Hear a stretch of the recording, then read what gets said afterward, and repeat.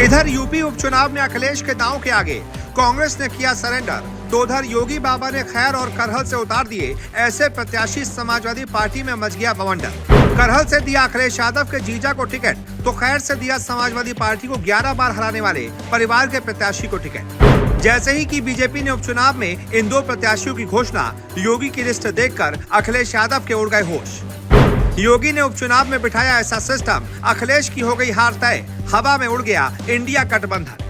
जी, उत्तर प्रदेश की 9 विधानसभा सीटों पर होने वाले उपचुनावों के लिए भारतीय जनता पार्टी ने 7 सीटों पर उम्मीदवारों का ऐलान कर दिया है। मैनपुरी की जिस करहल सीट से समाजवादी पार्टी मुखिया अखिलेश यादव ने इस्तीफा दिया था, उस सीट पर बीजेपी ने उनके ही जीजा अनुजेश यादव को मैदान में उतार दिया है।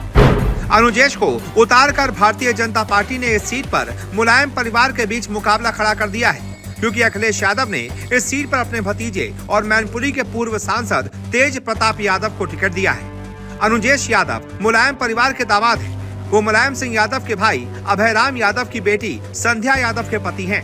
संध्या यादव आजमगढ़ से सांसद धर्मेंद्र यादव की सगी बहन है। संध्या यादव मुलायम परिवार की पहली बेटी हैं, जिन्होंने राजनीति में कदम रखा था। इतना ही नहीं, वो मैनपुरी की जिला पंचायत अध्यक्ष भी रह चुकी हैं। संध्या और अनुजेश को समाजवादी पार्टी से निकाल दिया गया था, जिसके बाद दोनों ने भारतीय जनता पार्टी ज्वाइन कर ली थी। अनुजेश यादव का परिवार शुरू से ही राजनीति में है और समाजवादी पार्टी से जुड़ा हुआ है। उनकी मां उर्मिला यादव मैनपुरी की घिरोर विधानसभा सीट से समाजवादी पार्टी की टिकट पर विधायक भी रह चुकी हैं। लोकसभा चुनाव के दौरान ऐसी चर्चाएं थी कि बीजेपी मुलायम परिवार के ही किसी सदस्य को डिंपल यादव के सामने उतार सकती है। इनमें 2 नाम आगे चल रहे थे। पहला नाम अपर्णा यादव का था, जो कि मुलायम यादव परिवार की छोटी बहू है। वो मुलायम सिंह यादव के छोटे बेटे प्रतीक यादव की पत्नी है, जबकि दूसरा नाम था अनुजेश यादव का। अनुजेश ने मैनपुरी में हुए उपचुनाव में भी समाजवादी पार्टी के खिलाफ प्रचार किया था। हालांकि बाद में डिंपल के सामने यूपी सरकार में कैबिनेट मंत्री जयवीर सिंह को उतारा गया था, लेकिन इस सीट पर भारतीय जनता पार्टी जीत हासिल नहीं कर पाई थी। इसके अलावा भारतीय जनता पार्टी ने और सीएम योगी ने जिस दूसरी सीट पर अपना प्रत्याशी उतारकर अखिलेश यादव की नींदें उड़ा दी हैं, वो है खैर सीट, जहां से सुरेंद्र दिलेर को मैदान में उतारा गया है। सुरेंद्र दिलेर राजवीर दिलेर के बेटे हैं। 2024 चुनाव के दौरान राजवीर दिलेर का निधन हो गया था।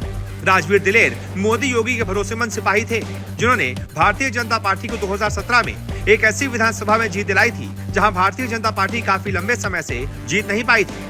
इसी का इनाम देते हुए पीएम मोदी ने उन्हें दिल्ली बुलाया था और हाथरस से लोकसभा का टिकट थमाया था, जिस पर राजवीर दिलेर ने मुलायम सिंह यादव के दोस्त रामजी राज सुमन को करीब 2 लाख से ज्यादा वोटों से बुरी तरह हराया था। उन्हीं के बेटे सुरेंद्र दिलेर को मैदान में उतारकर इस मुकाबले को और ज्यादा दिलचस्प बना दिया है सीएम योगी ने।